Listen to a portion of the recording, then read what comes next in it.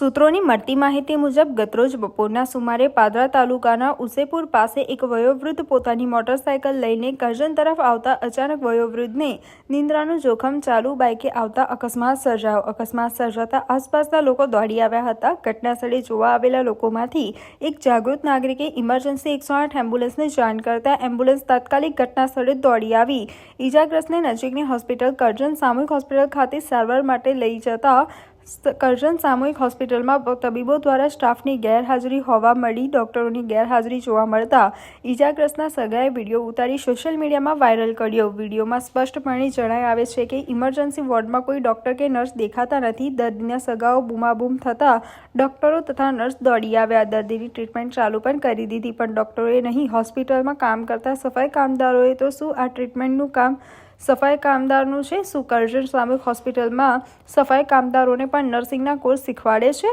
કે કેટરિંગ આપવા આવી છે? શું કરજણ સરકારી હોસ્પિટલમાં નર્સિંગ હોમ એકેડમી ચાલુ કરી છે? તો ડોક્ટરો અને નર્સોનું કામ શું છે? શું તેમને સરકારી મફતિયા પગાર લેવાના હોય છે? દર્દીને કોઈ અઘટિત ઘટના બનશે તો જવાબદાર કોણ? ડોક્ટર કે સફાઈ કામદાર કે પછી કોણ? કરજણ સરકારી હોસ્પિટલની ઘોર બેદરકારી સામે આવી છે, તો તંત્ર આ વાતને ધ્યાન પર લેવામાં આવે તેવી લોક માંગ ઉઠવા પામી છે.